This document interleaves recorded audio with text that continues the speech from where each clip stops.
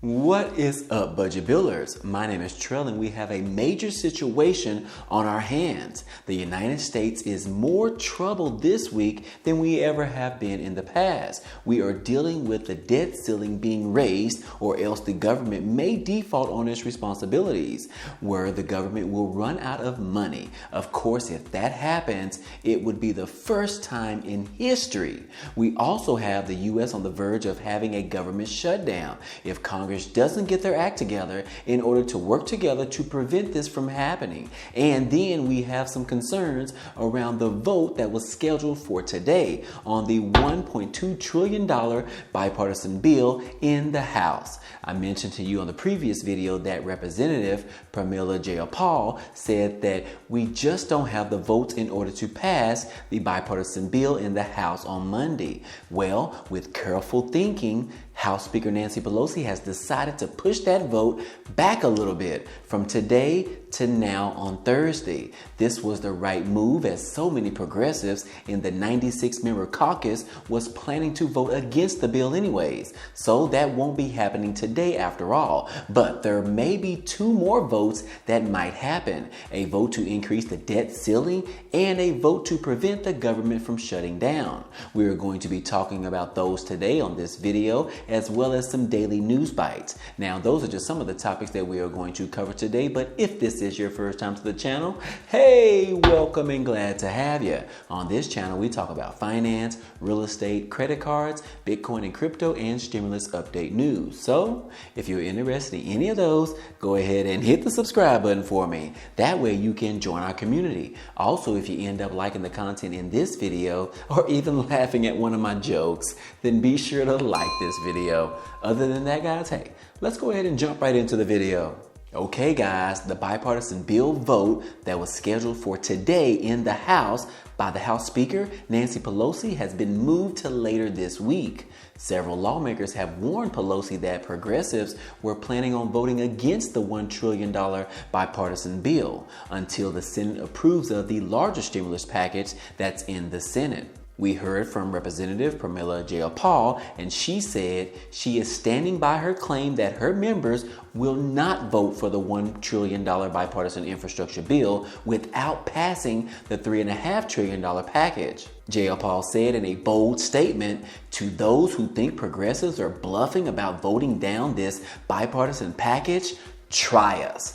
Jayapal said that they don't even have enough votes for it to pass as of now. But even then, Pelosi still believed that the Democratic Party would come together in the end to pass this bill regardless. Well, late Sunday night, Pelosi decided to move the vote to later in the week. Pelosi stated that the vote on the infrastructure bill will now happen on Thursday instead of Monday. However, lawmakers still plan on debating the bill on the House floor on Monday, but the actual vote will be pushed to September the 30th. The vote on the bipartisan bill is only a part of what's expected to be happening this week.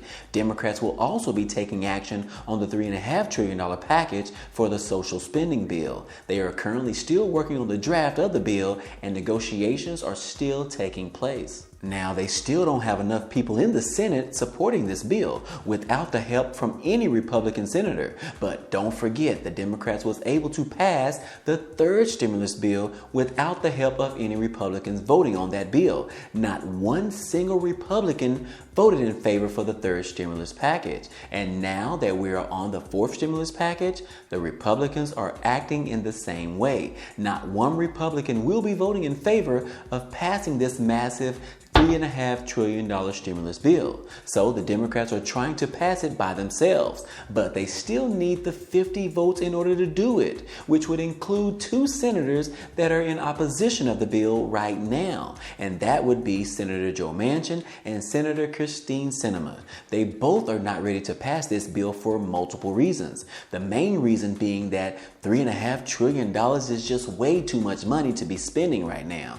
And then they don't believe there is an urgency to pass a bill like this as of today, but maybe later this year, but not right now. So because there is still opposition in passing this bill, the other liberal lawmakers are voting against the bipartisan bill until both bills are able to pass at the same time. So we may not see if this is possible until later this week, coming on Thursday when they actually have that vote. But not only the infrastructure bill is an issue this week, but they will also be voting to prevent the United States from defaulting. Right now, the debt limit is at its peak and the government is expected to run out of money sometime in October. Now, whether that's going to be October the 15th or October the 10th or maybe even October the 1st, they still plan on running out of money unless they can increase this debt limit.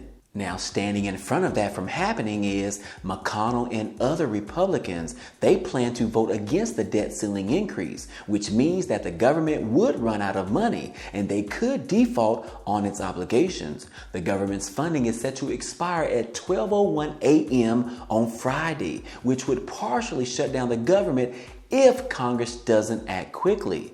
But of course, right now, only half of Congress is trying to prevent this from happening. The Democrats control the House, the Senate, and the presidency, and they are obviously trying to prevent this from happening, which the government has always done this in the past. But right now, for the first time ever, the Republicans are not trying to work with the Democrats on their obligation of keeping the government running and being able to pay for its debts on time. We heard from Senate Minority Leader Mitch McConnell, and let me just go ahead and play that video of what they plan on doing during these economic times. I want to repeat once again, America must never default. We never have, and we never will. But whose obligation it is to do that changes from time to time, depending upon the government the American people have elected. And right now, we have Democratic President, Democratic House, Democratic Senate. The previous debt ceiling was negotiated on a bipartisan basis in conjunction with a caps deal. This one is not being negotiated on a bipartisan basis because obviously we're not involved in any bipartisan discussion regarding the reckless taxing and spending legislation that they are having apparently some challenges in putting together because of its comprehensive reach and because of its devastating impact on the American economy. So the debt ceiling will be raised as it always should be, but it will be raised by the Democrats. Wow. So as you can see, guys, the Republicans want the Democrats to fail. They want the government to default. They want the government to shut down. They have no intentions on working with the Democrats on this issue because the Democrats are not working with Republicans on the negotiations of the $3.5 trillion infrastructure bill. Therefore, the Republicans will let the Democrats do it on their own, which obviously the Democrats have been having a little bit of trouble in getting everyone in the party to participate in the common goal of President Biden's Build Back Better agenda. And now with these two deadlines looming, the government is in trouble, guys. The stimulus packages are in trouble as well. And much more could be a byproduct of these things happening all at once. All of this is going to lead to a chaotic negotiations week in Congress as they try to prevent the U.S. from defaulting and to prevent the government from shutting down. Those are the two main things that needs to get done as soon as possible. The vote on the bipartisan stimulus bill can actually wait a little bit longer. So all in all, guys, hey, the Democrats and the U.S. government is in big trouble right now as they attempt to prevent the country from defaulting and shutting down. The Republicans don't want any participation in helping whatsoever. And the biggest problem is that Republicans want the Democrats to extend the debt ceiling limit in their $3.5 trillion stimulus bill. But the problem is they don't even have enough votes to pass that bill at this time because of Joe Manchin and Christine Sinema. And even if they did have their support, the bill is not even finalized yet. It's still being drafted right now by the House Democrats. So all of this is not looking good for the Democrats, guys, as well as the country as a whole, which if the U.S. defaults on its obligations and runs out of money, this could be the first time in American history, which means this could be catastrophic. This could affect the U.S. rating score in borrowing money in the future. This could affect the interest rates we receive. A whole lot of effects can come from this happening if Congress doesn't get their crap together. These guys need to stop the BS, guys. And sorry for my French, but we are still dealing with the pandemic, for crying out loud. And so many Americans are already struggling right now. Our friends who receive Social Security benefits could be affected because if we default, those Social Security checks will actually stop, which would affect people on SSI, SSDI, VA or veterans, as well as other beneficiaries. Our Social Security recipients, low-income earners, and those on government assistance programs could be affected the most by this type of action if they allow the debt limit to expire and the government to shut down. But hey, tell me guys, do you think that the Republicans should be working with the Democrats in extending the debt limit so the U.S. won't default on their obligations? This is something that has never happened in history. Or do you think that the Republicans are right in doing so and allowing the country to default in the hands of the Democrats? Now, my thoughts are, if they do allow the U.S. to default this time, that means the next time that Republicans are in command, the Democrats will return the favor. Then it will go back and forth for years to come. And guess who gets hurt in the process of this happening? You guessed it, the American people. You and I, guys, especially the Social Security recipients, low-income earners, some middle-class earners, and anyone who is enrolled in any government assistance programs. That's who it really affects, guys. These guys in Congress don't care. All they care about is themselves. That's exactly why I said that we need to get rid of all of them, Republicans and Democrats. Just wipe them clean and replace them all. But anyways, guys, hey, tell me, what do you guys think about all of this? Let me know your thoughts down below in the comment section. It's going to be a very rough week ahead, guys. Or, as this article here says, it's going to be a tumultuous week pressured by converging deadlines. And unfortunately, the House Democrats have to fix it by themselves without the help of any Republicans. And I forgot to add this, guys. During the former President Trump days in office, both chambers in Congress, Democrats and Republicans, both worked towards extending the debt ceiling, as Congress has always done for years. But now it's only one chamber doing the work that both chambers should be doing.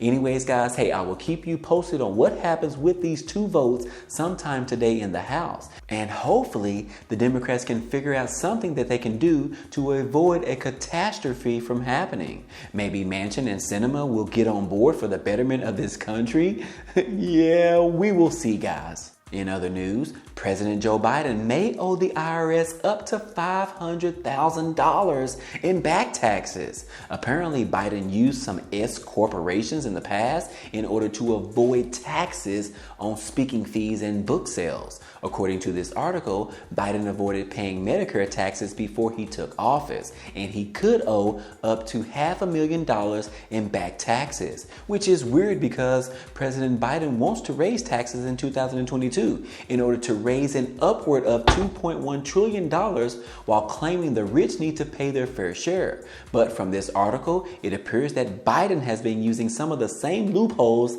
that other wealthy people have been using in order to pay less in taxes each year. Not a good look for the president if he ends up owing this amount of money. Now, I will say he has released his tax records, as most presidents have done in the past. Not sure if that's where they caught this information or if an investigator was able to reveal it. But either way, Biden needs to pay up the money to the IRS if he used his S-corps to avoid paying taxes. Also, in regards to President Biden, this story here says that the president is making the world a more dangerous place.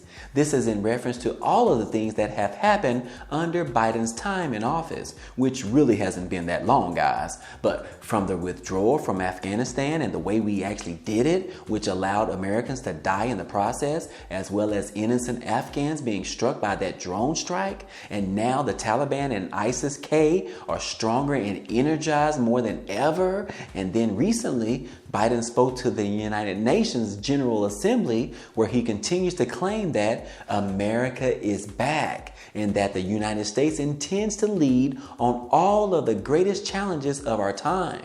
But in reality, it looks much different now.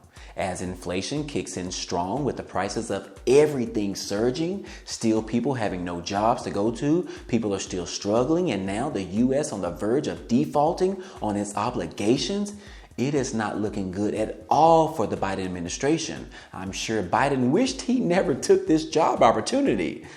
What do you guys think? But it is what it is, guys. We are here now, so we have to see how these last 3.5 years go. Hopefully things will get better, but in the meantime, Mr. Trumpy is still fighting for another seat in the White House, which I doubt will ever happen because I don't think he will actually run again, guys. It's too much risk for him to run in 2024.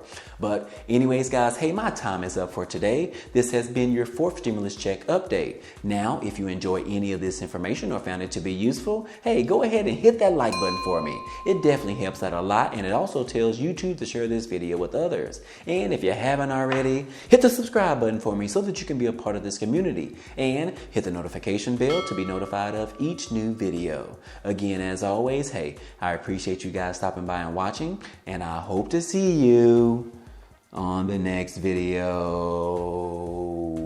Peace.